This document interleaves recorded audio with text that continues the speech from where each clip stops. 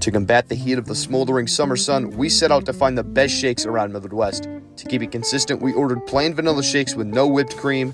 Points would be deducted if our order was not correct, and each place only had one chance to show us what they were made of. First on our stop was Runza. At around $3, the size was well worth the price. However, the positive stopped there. The thick shake was hard to drink, and the flavor wasn't too strong. Sam and I agreed on a 5 out of 10. Next was McDonald's. Going in, if the ice cream machine wasn't working, they would automatically receive a 0 and fail. Luckily, their machine was working, so the review was a go. At a price point of $3.79, the shake overall was pretty good, however much smaller than the Runza's at a 10-cent discount. At times, the shake felt gritty, like there was still ice in there. On a bright side, it was much easier to drink. In a slight improvement over Runza, Logan and I gave it a 6.5 out of 10. Now for the more expensive shakes. First, cheeseburgers. This shake was twice the price of McDonald's and Runza, and a massive $6 price tag. While there wasn't gold flakes, the handcrafted shake showed the price. At a much smaller size compared to everyone else so far, however very easy to drink, our first disagreement comes with the restaurant joint.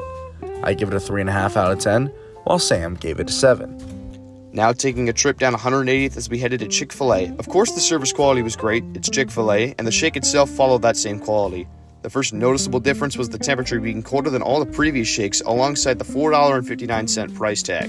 Vanilla flavoring was consistently good and was just right, along with the added bonus of a cherry.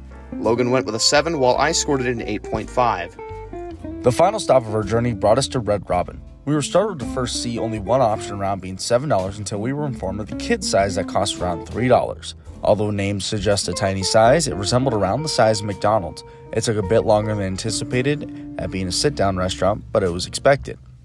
The most noticeable thing right away was the immense cake flavoring along with the sprinkles.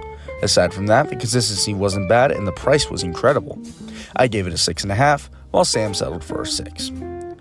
After averaging the grades, Chick-fil-A came out victorious, boasting the best shakes near Midwest with a 7.5 out of 10.